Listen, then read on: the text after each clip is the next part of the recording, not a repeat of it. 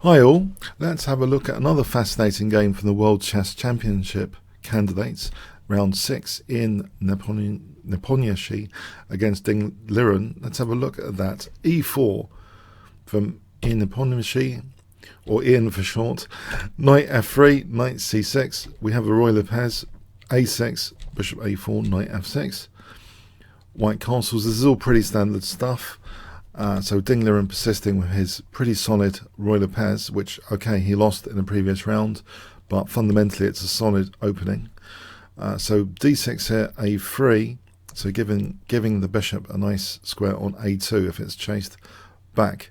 So this has some flexibility playing a3. White doesn't have to play a c3, d4 plan, because c3 is often associated with having a retreat for the bishop on knight a5. So we have a2 here.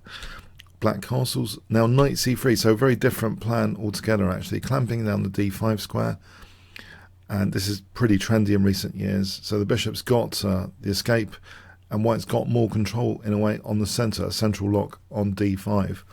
Knight a5, bishop a2, bishop e6, b4, an exchange of light square bishops. So if we take stock at this moment, structurally, you could argue, well, maybe this structure is a target to a later a4, prepared a4. At some point, b5 could be vulnerable. So these pawns don't go backwards. And also c4 could be used to target that pawn and open up the c-file. So this is a lever pawn, basically, for both a potential a4 or c4 later in theory at the right time with preparation. An interesting plan here, as a prelude to all this, which you might find slightly surprising, is bishop g5. This seems to have a kind of naive-looking willingness to give up the dark square bishop. And we know from a lot of neural network games, if you give up the bishop of a certain colour, the other colour complex sometimes comes alive. So unless you consider that a move like h6, the bishop's going to retreat, or the bishop might be just trying to provoke a weakness. But it seems after queen d7, white didn't even wait here for h6, didn't even wait, just snapped off that knight. So this sparks off some interesting light square based play, and these pawns are also on light squares. So, but d5 is now pounced into, looking potentially to double the pawns. You might think the bishop has to retreat here, but actually it didn't. a5 was played. So white has both options now, potentially, of c4 and a4 with this knight d5, because the knight's protecting b4. So both these options to use that lever pawn are on the cards here. So black reacts with a5. Let's have a look at the moment, though. If bishop d8, then yes, that lever pawn could be used with a4, for example. So this knight's holding b4, that's no problem. And if knight d4, let's say this continuation with queen a1, this is very nifty, hitting d4. And you can see the disconnection issue here on the back row, and also hitting d4 means, you know, this is looking a bit nasty, all this pressure.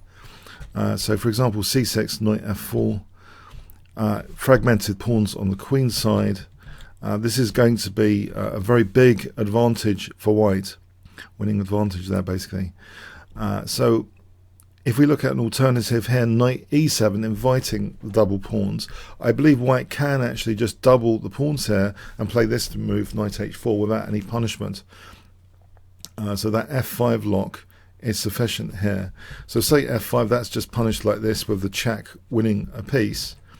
And so what does actually black do in this position? It will be tricky, this knight h4 move to handle. This basically guarantees an advantage. If king h8, queen f3 hitting f6, if queen e6, the queen is not really that free to take this rook, potentially because of queen f6 in some lines. But say c4, maybe it's not quite ready yet. c4, a5, moving the rook out of the firing line. So the queen is holding f6 here, but white is very comfortable on this c-file, and this position gives white a small edge as well. So that circumstance for accepting the double pawns, it doesn't seem as though it's worth it there. But anyway, in the game, coming back to the game, a5 was played. So this is an invitation here to take on f6, but it's slightly different now. We have rook b2. It's significantly different. So causing this response, rook b2. If knight takes here, yeah, this doesn't work as well with the pressure on b4. And if black gets some queenside counterplay there, this should be, by contrast, an equal position. So yeah, it's in the nuances of the position whether accepting the double pawns is worth it. If black's got queenside counterplay and is not getting mated, then it could be fine.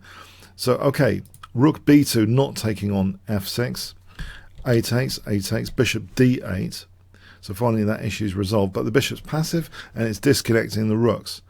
And this means actually, maybe the pressure on the c file now is going to be more effectual with the rooks out of communication here. We have c4, so hitting that lever pawn. And we have now quite a controversial looking move, knight d4, because this not only gives black double pawns, this bishop could be hemmed in its own pawn chain, a kind of prisoner.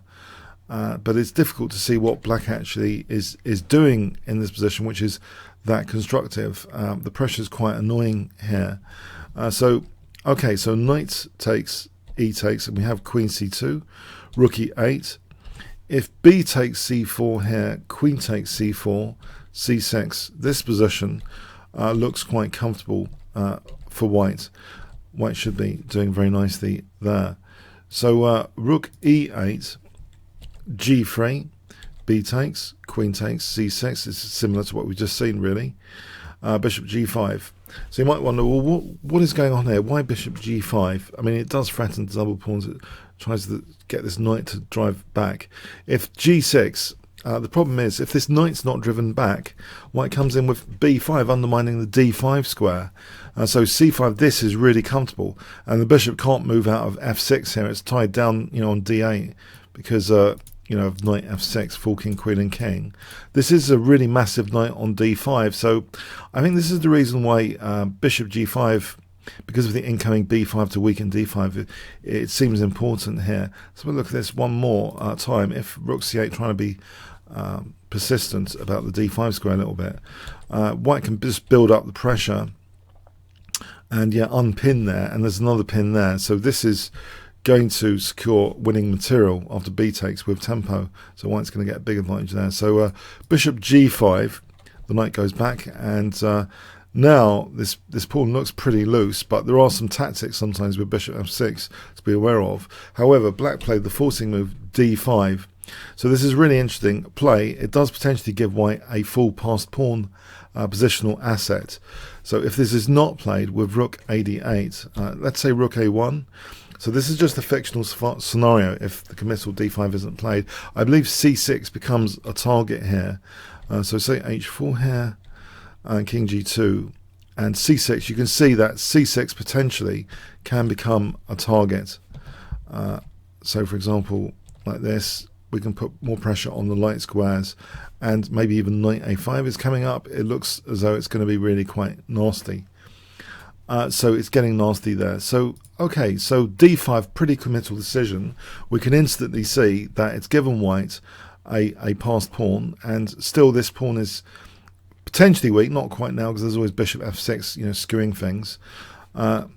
If queen takes d5 had been played here, then this passed pawn does guarantee a small edge.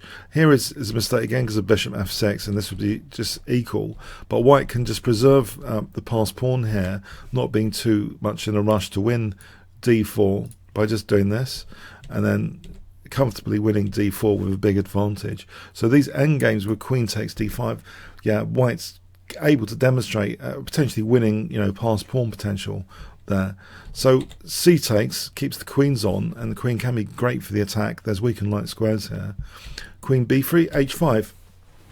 And this actually does carry with it quite a lot of venom. So the idea of creating the form pawn, one of my favourite themes from neural network games potentially, or the option of hg. We have b5. You might wonder, well, what about h4? Can you see what black can play in this position, which is pretty neat tactically? If I give you 5 seconds to test your tactics, 500 points, what would you play in this position? And 5 seconds to pause the video. Black to play here could play, so this in theory stops the installation of the form pawn. However, bishop takes h4 gives rise to rook takes e2 here, and this nasty check, and in fact not even in a rush to take the rook. First take a pawn, then take here, giving black a winning big advantage. Yeah, this would all be pretty disastrous if bishop takes h4 is allowed. If knight f4, trying to sort of make the positive sides of that, you know, for the h file, whatever, then again there is this neat queen takes d5 there. However, and this neat knight h3, this is pyrotechnic stuff, but it still ends up with black switching a rook here in this line to g6. So it doesn't really matter about this passed pawn. It's a bit slow in these lines with this incoming attack. So all this counterplay generated, if white plays h4, there's bishop takes h4, yeah, it seems a lot of counterplay is generated. Yeah, it's not too much to say here. There's also, okay, just for a moment though, there's also, I think I looked at f3 in some line. Not there, pardon me. So rook takes e2. All right, here there is the possibility of playing f3 here instead of the recapture, and you can imagine it's not that great for white. The prospects here, white's going to get mated. These fragmented pawns also lead to bad king safety issues. So, for example, this is just a way of getting mated. So yeah, altogether, this demonstrates there's tons of evidence here that h4 is running into bishop takes h4. It's going to be very good for black. But so that was ignored, just b5. So we have the dread potentially of the form pawn being installed. b6, so playing on. Not king g2. That might be okay here under certain cases. To play like this might actually be okay. For example, this is just a variation example, where a very tactical variation example where, okay, the form pawn might be collectible and white might end up with an advantage. It could be potentially another way of playing the position entirely from what was played. But no, we have b6. Seems more thematic for white to use white's trump card rather than trying to do something like that with king g2. Very provocative. So h3, allowing the form pawn has been installed, and there's weakened dark squares. So it looks, you know, if black has a few moves, queen g4 to f8 to g2, touchdown. King h1, preparing for stuff, and also giving the knight g1, which can hold f3 sometimes as well as hit the form pawn. So that's cute. Holding f3, hitting h3 sometimes. Rook eb8, rook fb1, bishop d8, now queen b5, so offering the exchange of queens. Queen goes in for g4, so threatening queen f3, queen g2 mating. Now here, in fact, queen takes d5 is played, holding against that. Black tries to deflect the queen now away from f3 with this move, so the rook's immune. So just to put that on the board, if queen takes, then queen f3 check, and the form pawn helps the checkmate. So nifty stuff, rook a5. Here, though, there is a key move which white didn't play, which would have guaranteed simplification, getting rid of the complexity of the position, and just leaving a technically winning position for white. But white made a mistake. White could have played here f3. And there's really, with the rook hanging here, the queen can't go back there and just take that, for example. And what does black do? If this passed pawn scenario, the passed b pawn is a big advantage for white there. So if we look at this again, if queen c8, then we just take the rook, and there's no big deal. So this would basically force the queens off. You know, rook takes f8, and this is just, yeah, as I say, this is just an advantage without any controversy. So this move here is a bit controversial what was played. Instead, queen c6, not as forcing, and black had a fantastic tactical shot in this position. Black, again, is trying to deflect the queen from f3 and play the move rook c5, but before we get into that, this is a key position where there's another really cunning, difficult to see tactic which the computers pick up probably instantly here. I wonder if you can guess for 500 points what the tactical shot black has at in black's disposal here. It's actually pretty deep, I think. So black to play here could have played, test your tactics again. 5 seconds to pause the video. it is to do with the form pawn, the sort of vulnerability of the king. There is actually the shot rook takes b6. So the point here is rook takes, queen takes e2, and this is really quite dangerous for white. If rook b8, now there's a real killer move in this position which really celebrates the form pawn actually. Can you guess here what black can play in this position? So with the bishop pinned, and they say pin and win, doesn't this look convincing, as if white's got the whole thing under control with the diagonal, as long as white's controlling f3, right? This is all under control, isn't it? But what does black play in this position? You see, the pawn is also controlling key escape squares. The king hasn't really got that much air. It's controlled on h2 and g2. In fact, there's rook e5 threatening queen e1 mating on the back row. So even if white wins that bishop here, it's pretty tricky how to defend against this. If queen a8, then just mating like this, for example, checkmate. And so what does white actually do in this particular position? If rook h8, this is an interesting resource to play check and then take off the form pawn with check. But here, it's okay. And as an alternative to that, if we instead, in this line, play move 37 in this variation, rook g1, it turns out here, although the back row issue has been resolved, black simply plays a rook down, a quiet move, queen takes f2, which opens the doors to rook e2 being really super effective. And this rook is worth, in this particular moment, very little, this extra rook. It's just a bystander. It's an extra rook, but it's just a bystander, and black has got the really active dynamic threat, rook e2, to which it's, say, rook f8, rook rook e1, both of the threats, rook e2, rook e1. But say rook e1, then white has to try and bail out with a perpetual check scenario like this. That's the only way, a sort of perpetual check scenario. So yeah, that is a very, very interesting position, this rook g1, where yeah, there's a bailout mechanism at least after queen takes f2, but it's not. Yeah. Black saving himself at least to a draw by doing this. Here there's check and just mating. So yeah, the bailout would have to be used basically. So anyway, this is all triggered off by that remarkable resource rook takes b6. Fascinating. So the form pawn is pretty dangerous, as I've been saying for the last few years. A big fan of the form pawn, and it's cropped up in this very, very high level game. So I was right about the form pawn. It should be in all the chess middle game books. And okay, black was unlucky not to use the real power of the form pawn in terms of back row mates in this particular example. Nevertheless, fundamentally, a form pawn, very dangerous thing to get. But here, okay, black went wrong. Rook c5. We have check, king h7. This is after rook c5. Is there any other option? It's this is good for white anyway. What he played doesn't matter.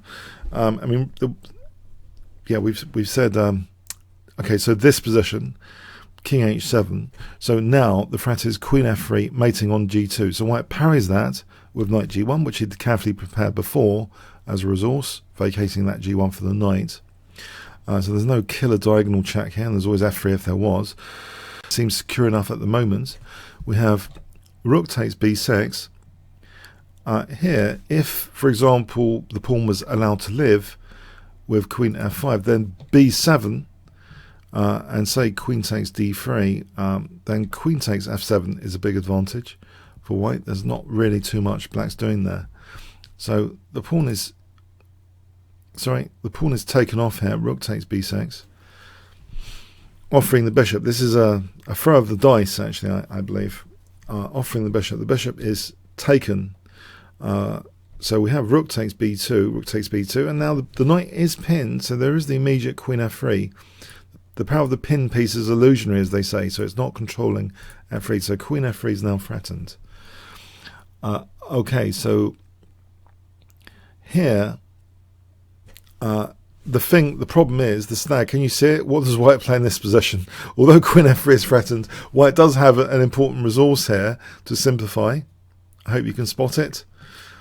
As Fischer says, Patsa sees a check. Patsa plays a check, but here it's pretty good getting the queens off just in time, just remaining a piece up.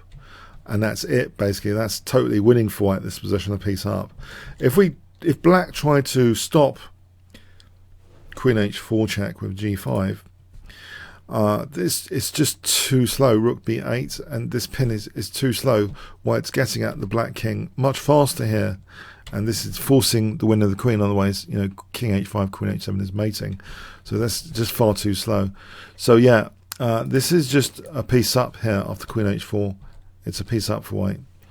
Yeah, Ding Liren, you know, he had this like huge unbeaten streaks before this tournament. This is now like his third defeat here after rook takes d3.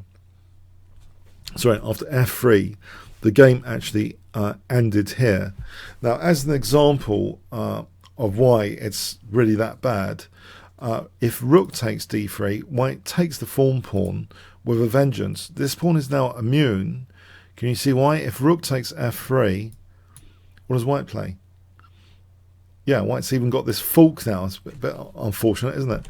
So, yeah, white's going to be a piece up and keeping the f-pawn.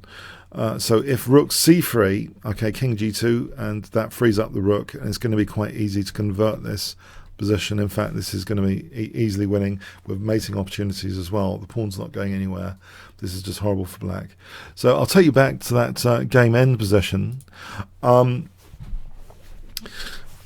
So any philosophical points of interest in this game from my point of view that I'd like to point out, you might ask. Well, the form pawn should have saved black. That's the first thing. That's the major thing about this game. The form pawn could have saved black in that fantastic variation. Of course, white shouldn't have allowed it. White should have played that move to get the queens off, to minimize that potential with that f3 move instead. So that slip up queen c6, there was room for black to potentially draw. The Roy Lopez, the whole bishop g5, bishop f6, it shows somehow, to me, the light square celebration with this structure of being able to play a4 or c4 at the right point to weaken and maybe create a passed pawn. That passed pawn was allowed basically when black played d5, giving that passed pawn potential. It seems as though black was trying to drum up some counterplay. It didn't really quite work out, so leaving white with kind of winning, you know, trump cards over here. White was very delicate with his defense against the form pawn, so very resourceful. So Ian Nepomniachtchi, I can't say it. Ian is a very, very good, promising player, and may well win this candidate. So I hope you excuse me for calling him Ian from now on. Okay. So Ian's and also he's apparently passed the test. He hasn't got COVID-19 just yet, so he might actually survive to be able to play Magnus Carlsen if he does survive this event and get home back safely. There might actually be you could predict that there might be a World Chess Championship in the future at some point between Magnus Carlsen and Ian. So anyway, yeah, I hope you got something from this game. Okay, remember to check out bit.ly Chess World, or just Kingscrusher.tv if you want to invite me for a game. If you just go to Kingscrusher.tv, I've actually linked that up with, I'll be able to invite you for a game if you just register with Kingscrusher.tv. But you can also use these other links. There's my Discord, Leela playlist, the Magnus Carlsen playlist there if you want to check out. Okay, thanks so much.